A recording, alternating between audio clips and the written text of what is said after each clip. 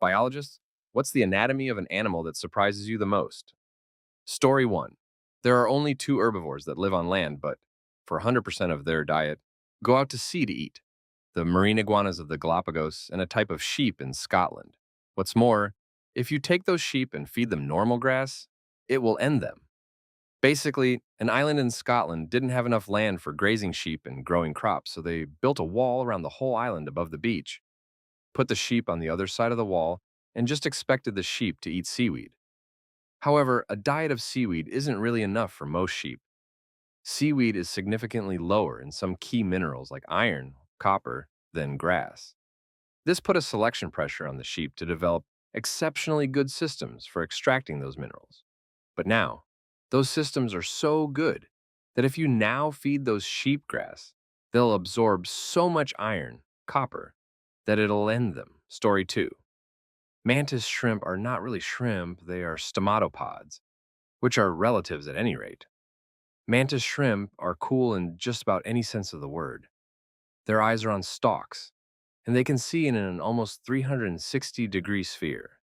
Add to that, they can see in colors you can't comprehend.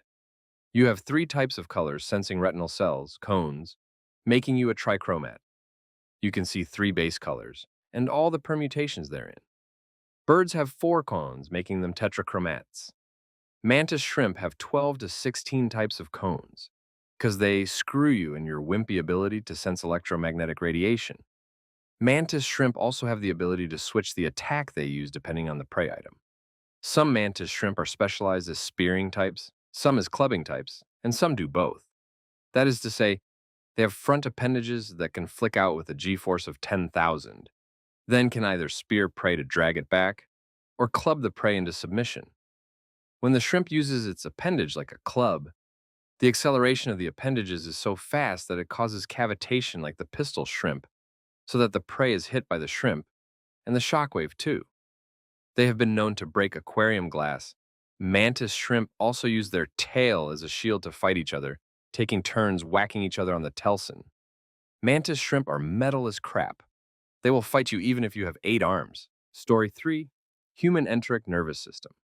It's no surprise that your brain and gut are connected.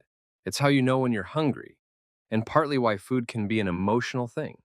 What is surprising is that your gut microbiome, all the bacteria, fungi, and proteists that live in your intestines and help you digest your food, can plant thoughts and feelings in your brain that you think are yours. Your brain works by moving chemicals around, neurotransmitters, hormones, etc., and your gut microbiome can produce similar and sometimes identical chemicals that your brain picks up and interprets as self-made thoughts and feelings. Next time you think, I could really go for some pizza right now, ask yourself, who's actually thinking that thought? You or your microscopic puppet masters? Story 4. Well, the one that surprised me the most from personal experience was when I attempted to retrieve thymus cells from a frog. Because their body layout is kind of vaguely like ours, human, I naively assumed their thymus would also be sat on top of the heart, like ours. This was wrong. And by the way, the professor who was the source of the frog couldn't point me in the right direction either. Anyway, I stumbled across a diagram in an old-timey source months later. Turns out, the thymus doesn't migrate when they change from tadpoles to frogs. It stays sat up behind their jaw. So I was nowhere close.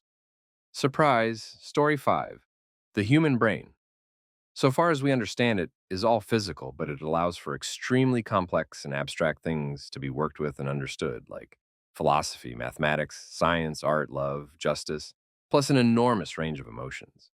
But you can't tell from the brain if someone has a greater 150 IQ or a lesser 50 IQ, or is empathic or psychopathic, while the difference is completely obvious in life. You basically can't say anything about a person by looking at their brain unless it's something extreme like a lobotomy, which is very counterintuitive. You would definitely recognize professional athletes by their physical appearance. Images of brain function intensity can tell a lot more, but we all seem to use more or less the same hardware. Equally insane is that some people lose what you would expect would be a serious amount of it, and you would never know from their behavior, while others get a tiny blood clot or calcification somewhere in there that completely changes their personality, disables them, or even ends them.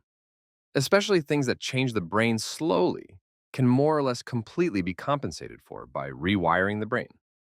But give someone a strong experience and they will see everything in a completely different light, which might lead to things like revelation or trauma or psychosis.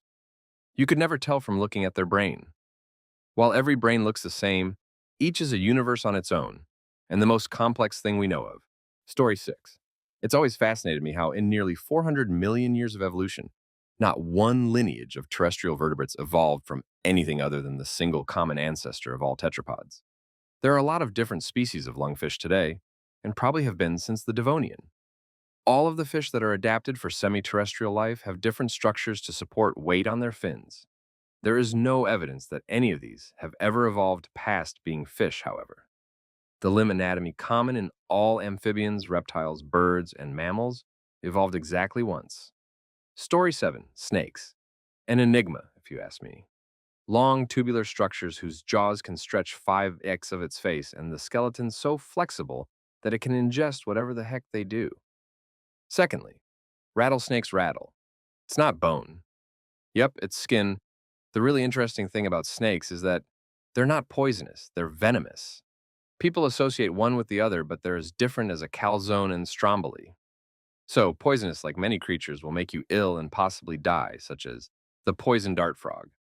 So, venom is actually a neurotoxin and digestive agent. Most venoms tend to certain enzymes that begin the digestion process, while their prey or target is still alive. A prime example of this is when you get bit by a wolf spider and you begin to develop necrosis in the bite area. This is due to the venom breaking down flesh and turning it into a digestive smoothie. The second item is the neurotoxin. Most snakes have this treat in their arsenal. So, when it enters the bloodstream, it begins to target the nearest receptors, causing a numbing sensation. Then, as the animal begins to panic more, it pumps the neurotoxin into the brain where it starts shutting main facility connections: the spinal cord, the lungs, the heart, the stomach, the eyes. In the words of Dr. Grant from Jurassic Park, 1993, the point that I'm making is that you're alive when they start to eat you. Just your body can't feel, breath, see, or move, while the enzymes start to process and start to break down your vitals. And then you start to be consumed by the snake, which at that point, one would hope that you've already expired, since the snake's throat muscles will then start to pop ligaments as it squeezes you down the gullet and into the stomach, where you'll be there for about 1 to 3 days, slowly breaking down to goo. That is why no snake is poisonous. But there are venomous snakes. Story 8. There are quite a few animals with surprising anatomy, but one that stands out is the duck-billed platypus. It's like nature threw together a random mix of parts. It has the bill of a duck, the body of an otter, and the tail of a beaver. Not to mention, it's one of the few mammals that lay eggs. And to top it off, the males have venomous spurs on their hind legs. It's as if Mother Nature couldn't decide what the platypus should be and just said, why not all of it? Another weird one is the male seahorse. Unlike almost every other species, it's the male that gets pregnant. The female transfers her eggs into the male's pouch, where he fertilizes them and carries the babies until they're ready to be born. It's like the ultimate dad move, taking care of everything from conception to delivery. Story 9. I've never understood what the hell went wrong with the human spine. Like, if you bend backward, it can just suddenly decide, hey, screw your spinal cord, and paralyze you where you pinched it. And we're like the only species to almost always get chronic back pain at some time in our life. I'm not even 35 and my back hurts, though that's just bad lifestyle choices. The reason is because we do things that our back is not supposed to, such as constant lifting of heavy boxes. Our spines were designed to hold our flesh in a normal position and not take on additional weight outside of children. In fact, most of the positions we put ourselves on a daily basis are not normal for the human spine, but the natural muscles we've adapted allow us to do most without excessive spinal damage. Story 10. The crab hacker barnacle is weird. Past its larval stage, it looks absolutely nothing like any other barnacle. The larva ditches its exoskeleton and injects its tiny, slug-like body into the crab. It then grows into a bulbous sac poking out of the crab's abdomen, with root-like tentacles wrapping around the organs. The parasite controls the crab, blocking its reproduction, turning it female, and even altering its behavior. When the time comes, the parasite will force the crab to treat it as if it were its own brood pouch. climbing on top of a rock and stirring the water to disperse a huge cloud of baby parasites in the same manner as a female crab releasing its own eggs. Story 11. Go look at a gorilla's hand and then your own. It's spooky how close we are, yet so vastly different. The fact that a platypus has a bill, fur, lays eggs, and is venomous is effing weird. Spiders have 8 eyes and see ultraviolet light. Bees dance to tell other bees where the good flowers are. Ants are essentially blind and deaf. They can see some stuff, but not like other animals, and they have no ear canals. However, their senses of touch and smell beat out dogs and octopi. They use chemical pheromones to mark where they found either a food resource or an enemy hive. They then use pheromones to call and tell other ants, including bigger guardian ants, where all this might be. Now, however, because of this chemical GPS system, should an obstacle fall into the path, the ants before the obstacle will become lost. And unless an ant backtracks around the obstacle, there's a good chance that the coming from the resource may forever be lost and die of stress. And the ants coming from the hive to the obstacle will more than likely turn around. This GPS problem also occurs with water hitting the area, like it has to be light rain, or even animals crossing through and tearing up the soil while they walk or run. Story 12. A very unique branch of the phylum Chordata is called Tunicates, commonly known as sea squirts.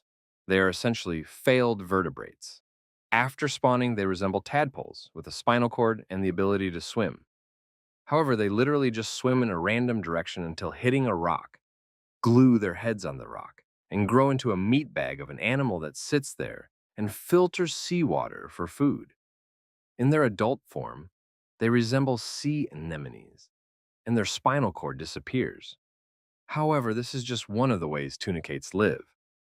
Within tunicates, there are all sorts of weird forms of life that could literally pass for alien life.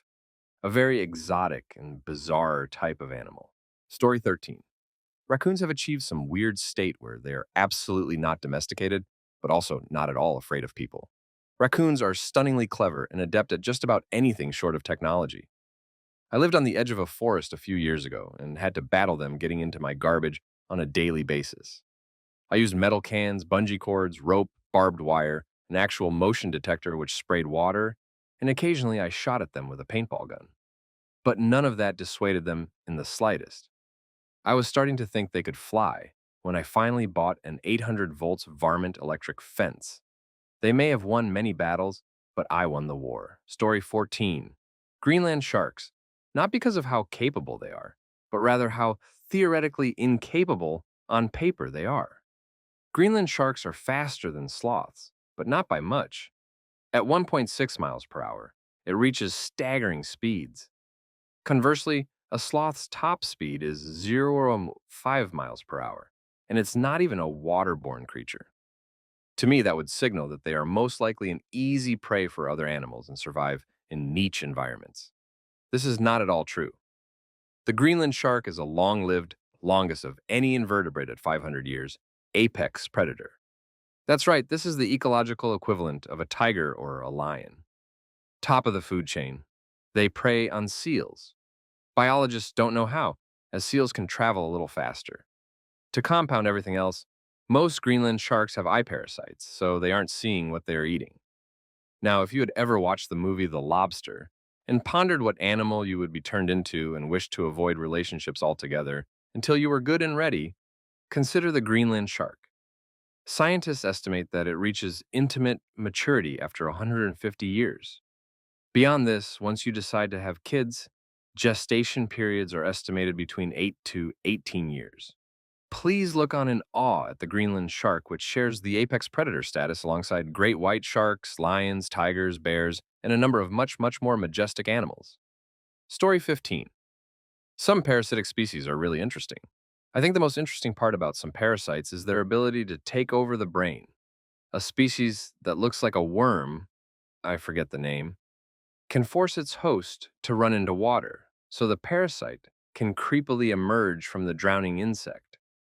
I've even heard of fungi that are able to control the brain of an insect. Now, for the most interesting animal, I think ants. Simply ants. They've created a whole system to survive, building rooms and structures together.